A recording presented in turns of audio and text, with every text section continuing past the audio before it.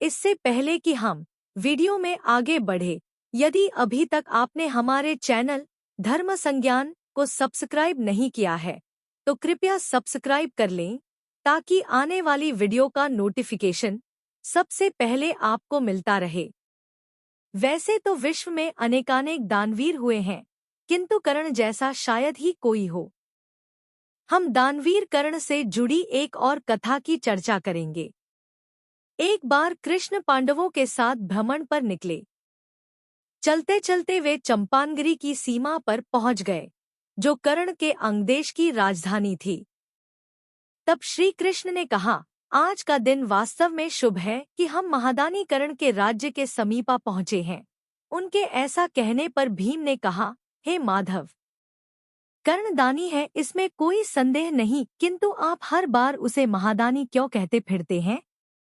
वो ऐसा क्या दान कर सकता है जो सम्राट युधिष्ठिर नहीं कर सकते?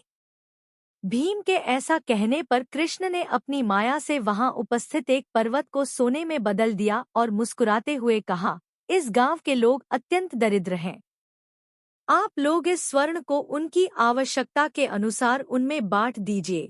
कृष्ण के ऐसा कहने पर नकुल ने सभी गांव वालों को एकत्र किया।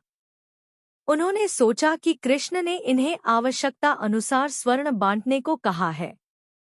इतना धन ये क्या करेंगे? इन्हें जितना स्वर्ण मिल रहा है वो आवश्यकता से अधिक ही है। बचा हुआ स्वर्ण हम इंद्रप्रस्थ ले जाकर प्रजा के कल्याण में लगा सकते हैं। ये सोचकर पांडवों ने अपने शस्त्रों से स्वर्ण काट काट कर गांव वालों में बांटना शुरू किया। उतने बड़े पर्वत को काटना और बांटना बड़े श्रम का कार्य था।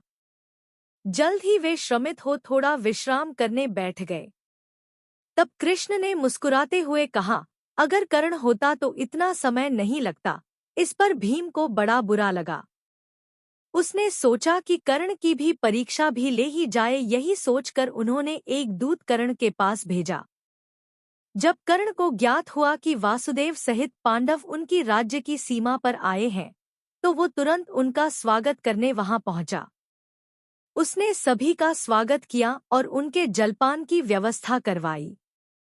जब सब थोड़े स्थिर हुए तो उन्होंने उनसे कहा, आप लोगों ने मेरे राज्य में आकर मेरा सम्मान बढ़ा दिया।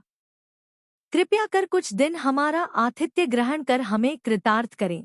तब कृष्ण ने कहा, हे महारथी, आतिथ्य तो इस समय ग्रहण नहीं कर पाएंगे, किंतु एक समस्या पड़ी है और हम आपसे उसका समाधान चाहते हैं।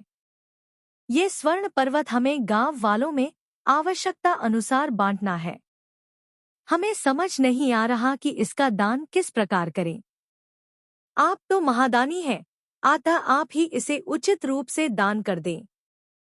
तब कर्ण ने कहा, माधव, ये संपत्ति मेरी नहीं है, इसीलिए इसका दान मैं किस प्रकार कर सकता हूँ? इस पर कृष्ण ने कहा, कर्ण, ये संपत्ति मेरी है और मैं इसे आपको प्रदान करता हूँ ताकि आप इसे उचित रूप से दान कर सकें। ऐसा सुनते ही कर्ण ने आसपास के गांवों से सभी दरिद्र एवं निर्धनों को बुलाया और एक क्षण ना सोचते हुए भी उन्होंने सबसे कहा, हे नगरवासियों, श्री कृष्ण ने इस स्वर्ण पर्वत को दान करने का दायित्व मुझे प्रदान किया है। इसे दान कर मैं केवल कर्तव्य का निर्वहन कर रहा हूँ एवं इस दान का संपूर्ण फल श्री कृष्ण को ही प्राप्त होगा। मैं इसी क्षण इस पूरे स्वर्ण पर्वत को आप सभी को दान करता हूँ। आप लोग ईमानदारी से पर्याप्त स्वर्ण आपस में बांट लें। अगर कुछ स्वर्ण बच जाए तो उसे अन्य निर्धनों को दान कर दें।